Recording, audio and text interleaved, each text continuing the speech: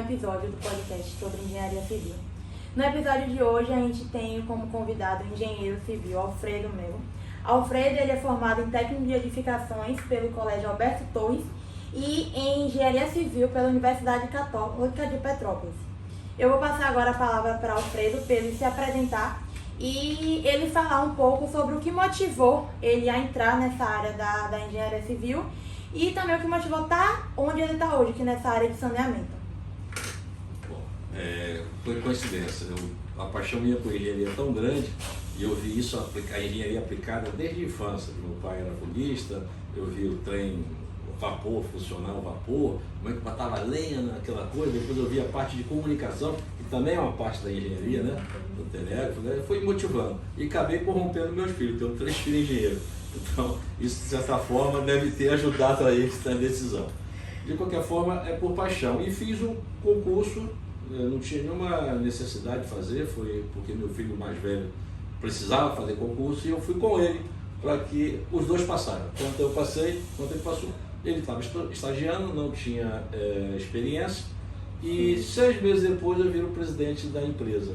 Então eu fiz um concurso, passei no concurso, 6 meses depois vim, né? Então foi o caminho inverso de muita gente, né? Fui durante 21 anos empreiteiro, construtor, tenho uma construtora até hoje, passei para meus filhos. E durante essa fase me deu muita experiência em fazer, porque eu gosto muito da engenharia aplicada. Né? Prática. Estou nesse setor aqui, é um setor onde se aplica muito da engenharia. Eu costumo dizer que todo mundo é engenheiro, todo mundo usa o engenho humano para fazer alguma coisa. Então, respeita cada um daqueles funcionários que, de uma certa forma ou de outra, aplica a engenharia. Porque a engenharia tem muito isso da curiosidade, né? Muita gente que faz engenharia é por curiosidade, nossa, eu queria entender como aquilo é construído, como é que aquela ponte, a gente olha as pontes, nossa, como é que aquela ponte está construída? Aquela ponte está apoiada em quê? Como é que ela está apoiada dentro d'água, né?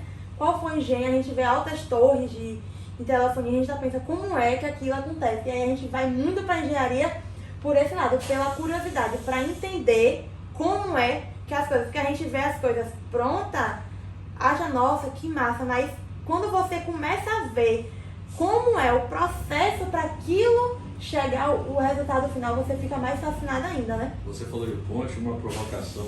A ponte você segura ela em 2 movimentos, né? Vertical para descer, né? Sim. E no sentido do tráfego dos carros, você libera o movimento. Você vê que toda ponte tem uma junta de dilatação. E é aberto, porque às vezes você vai lá, está uma temperatura muito alta, a distância daquela apoio à coisa, embaixo tem um conjunto de neoprene para que ela escorregue mesmo, né? Já no sentido do fluxo do rio, ela também é travada, né? Então você vê, as pontes é uma aplicação muito boa da engenharia, né? É um bom exemplo. Hoje a gente vai falar sobre o saneamento urbano e aí a gente vai assim, conversar um pouco sobre estratégias e soluções para a gente conseguir universalizar esse saneamento urbano. E para a gente começar a discutir, eu queria saber, para você, Alfredo, como é que você avalia atualmente a situação do saneamento básico em Itabuna, e especialmente em relação à água e esgoto? Porque vale lembrar que saneamento não é só água e esgoto, tem várias vertentes. Mas hoje a gente vai nortear um pouco mais nossa conversa para essa área da água e do tratamento de esgoto. Itabuna avança consideravelmente. Se você anotar os últimos 15 anos, houve um grande avanço, né? Até porque os aportes de recursos começaram a aparecer devido à mudança da lei, né? Hoje o deputado pode colocar impositivamente um valor no orçamento e isso ajuda muito. Então a tendência é essa. Nós temos um problema em Itabuna que é a arquitetura da cidade. Nós temos muitos canais, esses canais foram ocupados, as suas margens, e isso dificulta a você a levar o saneamento, porque você vai cortar a rua, evitar, né, às vezes, desapropriações que são extremamente traumáticas. É preciso respeitar as pessoas que estão lá, né? Mas avança bastante. Então Itabuna está numa fase, se você pegar o Índice de Desenvolvimento Urbano, IDH, de Itabuna, você vê que já avançou bastante, né?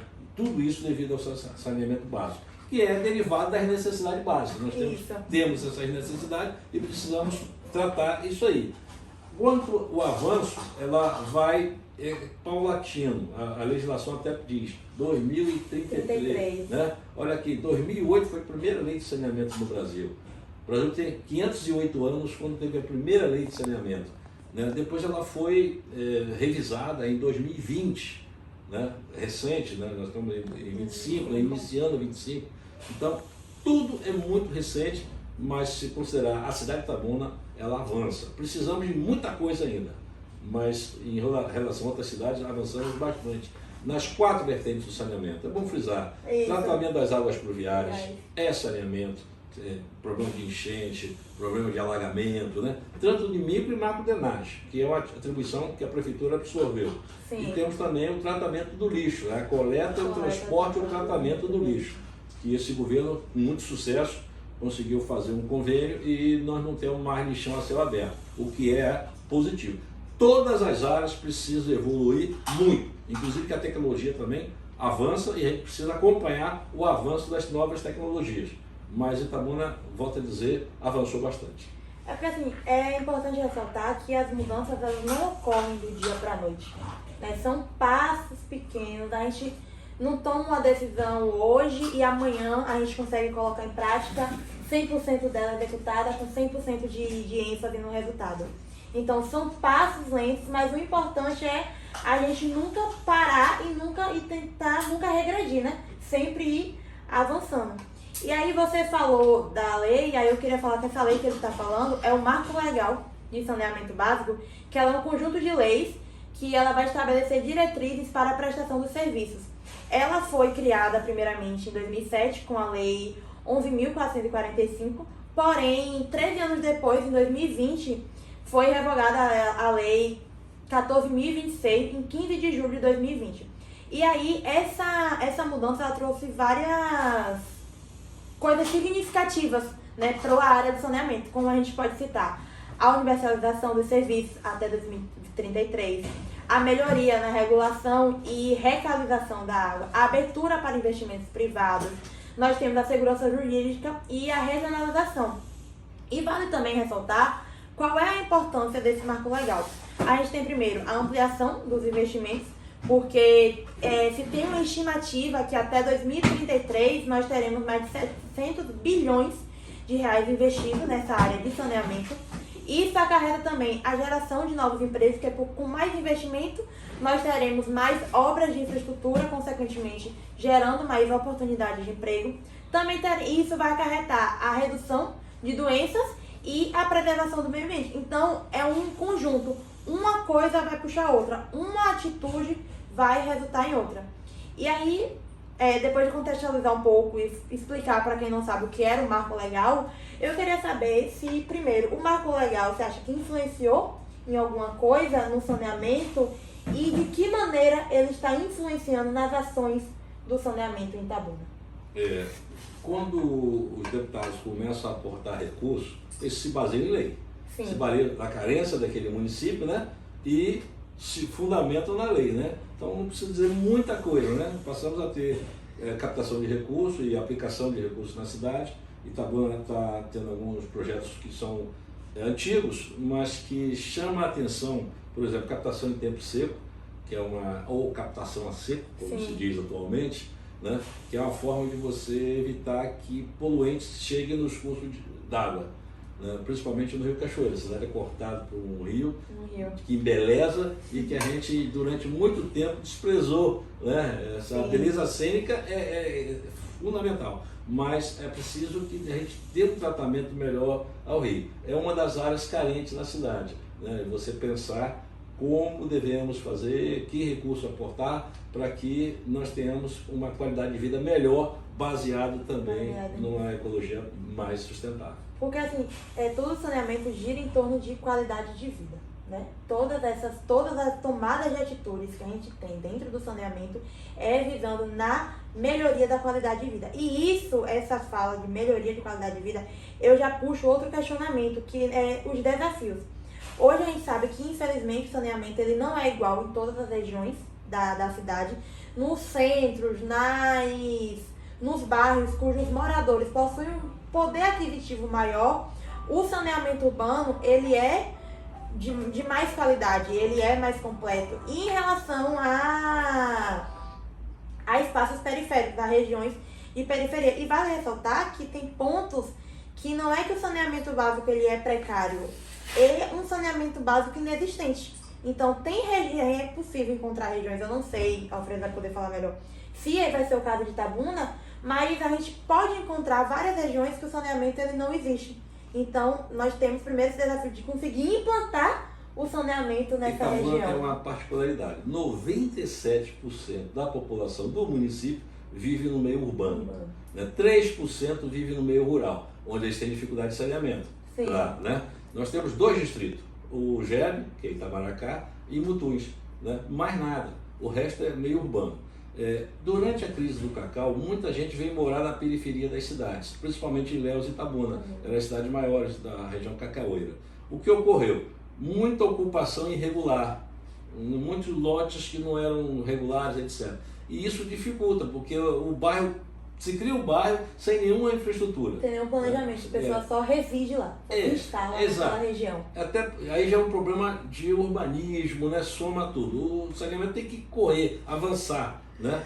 E felizmente isso diminuiu bastante. Né? A gente conseguiu, eu me lembro do bairro Esperança, se você não conhece, é importante ir lá, porque a Universidade Federal de Santa Cruz fez um trabalho diagnóstico e o presidente da Imasa na época adotou aquele diagnóstico e foi lá e fez a parte de água e esgoto. O que ocorreu? A prefeitura foi lá, fez a parte de arruamento e iluminação, bem lá na Nova Ferradas, para quem vai em direção saindo da cidade. Esse bairro, eu dou como exemplo que foi recente, né? E hoje aquela provocação, né? Ali chegou a ser um lixão, antigamente havia um depósito de lixo a céu aberto, muito antigamente, e hoje é um bairro que melhora cada vez mais. Chegou a eleger um vereador recentemente. Sim. Então você vê que o poder público tem essa capacidade se houver convergência de forças, o que ocorreu na época. Que bom. E aí a gente já vai querer saber sobre investimentos, porque tudo isso demanda um investimento, né? São obras de grande valor aquisitivo financeiro e que demanda investimento, demanda planejamento. Não é algo que a gente possa simplesmente, não vou melhorar o saneamento básico da região X e amanhã de manhã colocar em prática. A gente tem que planejar, averiguar todo o espaço, né? Ver o que é necessário, o que precisa ser feito. E aí você acha que em Itabuna, qual é o volume de investimento para melhorar? Quais são os projetos prioritários, né? Porque a gente tem vários projetos, mas a gente tem que começar pelos mais críticos. A prioridade é você levar água em qualidade, água com qualidade para toda a população, né? Não se para, você fala do projeto mais 1, mais 2, mais 3, né? Então, essa quantidade, essa prioridade é água. Mas ao levar água, lavou a mão, já vira esgoto. Né? Bastou a pessoa chegar numa pia, já você precisa direcionar. Você consegue levar água com pressão, em tubulação de PVC pequeno. Bastante pressão, a água vai. Sim. Quando ela desce por gravidade. Aí requer tubos maiores, requer um tempo maior, né? E não é só retirar, afastar aquele esgoto das residências. Há necessidade também de transportar esse esgoto, às vezes até por bombeado, igual bombear água, também se bombeia esgoto. Né? Isso aí vai encarecendo. Mas graças ao orçamento participativo, graças à visão estratégica do atual governo, muito está sendo aplicado. Você vê várias placas de obra aí mostrando parte de saneamento. Né? Acredito que Itabuna vai melhorar muito o índice de qualidade nos próximos 3 anos. Isso é bom. E aí a gente tem, a gente estava conversando nas entrevistas, a gente começou sobre tecnologia, né? Hoje tudo vai se modificando, tudo vai se tornando cada vez mais tecnológico, as coisas vão se... Deixa eu parar aqui, pode ficar igual. Como a gente estava falando, antes da gente começar a gravação, a gente falou um pouco sobre tecnologias, né? Avanços tecnológicos, que hoje a gente tem muitas tecnologias que nos ajudam, nos auxiliam na execução e na melhoria desses serviços. E você acha que Itabuna é uma região, é uma cidade que está se adaptando, está tendo um aceitamento bom dessas tecnologias, se for o caso dela sendo aplicada aqui? Ou você acha que está tendo um certo dificuldade de aceitação? Não, isso é a evolução, o processo evolutivo natural. A cidade de Itabuna tem muita universidade, tem muita escola, tem muito serviço, principalmente na área de educação, né? E essas tecnologias naturalmente vêm, né? A empresa está preparada para dimensionar, para absorver, né? Existem tecnologias que são caríssimas, né? Você pode tirar sal da água, dessalinizar a água, né? Tá? Inclusive no plano de saneamento de Itabuna, numa situação de crise hídrica, nós já passamos por 6 meses seguidos de falta de chuva, né? E isso afetou toda a região, inclusive a cidade, né? Aí de repente você tem uma água saloba, você tem uma água salina, você tem um poço que você perfurou, mas ele produz uma água bastante saloba. Aí você tem um processo que é caríssimo, tanto a tecnologia para adquirir o equipamento, quanto também a manutenção, que você chega a gastar 1 watt de água por litro, 1 kW a cada 1000 litros de energia, perdão, 1 kW, 1000 watts a cada 1000 litros, né? 1 watt por litro de energia para poder dessalinizar. Mas é uma situação quando você está precisando mesmo. Passamos por isso, né? Temos condições, conhecemos a tecnologia, né? Não priorizamos no momento, porque a prioridade no momento é levar água a quem ainda não tem com regularidade. Toda a população de Itabuna recebe água de uma forma ou de outra, mas com regularidade que nós gostaríamos, ainda é a ambição, por isso os projetos estão aí. Outra tecnologia seria a captação em tempo seco, evitar que os esgotos cheguem aos córregos e você levar diretamente. Outra tecnologia seria usar a ultravioleta para tratar o esgoto. Então, existem muitas novas tecnologias que são caras e que a gente vai aplicando à medida que os recursos vão chegando. Né? Não podemos... A tecnologia ela abre o leque de possibilidades, né, de execução daquela tarefa. E aí eu tenho um questionamento que aí eu volto para algo que a gente falou no começo da nossa conversa, que foi sobre inclusão social. Qual estratégia específica são necessárias para a gente conseguir assegurar que as comunidades mais vulneráveis, aquelas comunidades mais periféricas, também sejam contempladas com a universalização? Que, como você falou, a água chega, mas temos também a questão não chega diariamente, né? Da quantidade de água que chega naquela cidade. Então, quais seriam as estratégicas que você vê que seriam necessárias? É isso. Queria que você falasse um pouco dessas estratégias que estão sendo aplicadas para a melhoria dessa situação de água. Pela particularidade de Itabuna, que é 97% urbano, né? Você fala em comunidade, você fala em bairros periféricos. Né? Nós temos aqui alguns assentamentos sem terra, são 5, né? O primeiro nem tem nome de assentamento, que é a Roça do Povo, né? Em que o pessoal reclama muito de uma água tratada em quantidade, né? Mas pontuais, são pontos na cidade, não são grandes. A tecnologia chega, nós vamos chegando lá com ela, né? Não tem nada diferente de outra cidade. Se você leva a água, em seguida você tem que tratar o esgoto. Né? Aconteceu isso. Uma coisa vai puxando a outra. Não basta só levar a água e achar pronto, o problema é resolvido. Né? Não, aí você dá mais um passo, né? É um problema resolvido. A água é o primeiro passo dos próximos que a gente vai ter que dar. E aí a gente já tem que, para não se estender muito, eu queria falar sobre sustentabilidade do meio ambiente. Porque como eu falei do marco legal, das importâncias do marco legal é falar sobre sustentabilidade e preservação do meio ambiente. Porque não basta a gente simplesmente resolver a questão do saneamento se a gente está desmatando o meio ambiente. Se a gente não está focado também na preservação e sustentabilidade do meio ambiente. Porque um momento ou outro ele vai reagir. Um momento ou outro o meio ambiente pode reagir. E se no início não for bem planejado todo esse processo, futuramente possa ser um trabalho que tenha que ser refeito. Então eu queria saber quais ações estão sendo realizadas para garantir, ou não necessariamente quais ações. Quando se inicia uma obra de saneamento, quais são os cuidados que a gente tem que ter para essa questão da sustentabilidade e meio ambiente? Quando você trata a água, você usa produto químico. O que se faz? Esse produto químico não vai para a água. Você retira as substâncias que estão dentro da água, né, misturado com a água, e você depois tem que separar isso tudo. Né? Você precisa aportar recursos né, nessa área para você não... Você dá destino a esses resíduos. Né? Todo lodo que sai de uma estação de tratamento de esgoto tem que chegar aonde você deposita esse esgoto, onde você tem uma estação de resíduo sólido. Né? Eu volto a dizer, as coisas vão evoluindo à medida que os recursos vão chegando, se vão aplicando e se vão dando solução.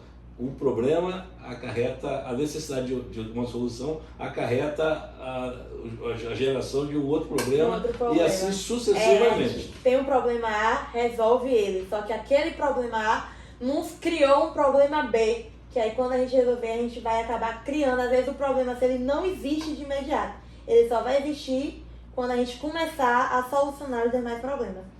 E aí, para fechar essa nossa entrevista, bate-papo, queria saber, e quais são as metas, tirando essas que você já citou, né, desses projetos de água? Existe mais alguma outra meta que a gente não falou na nossa conversa para os próximos anos em relação ao saneamento?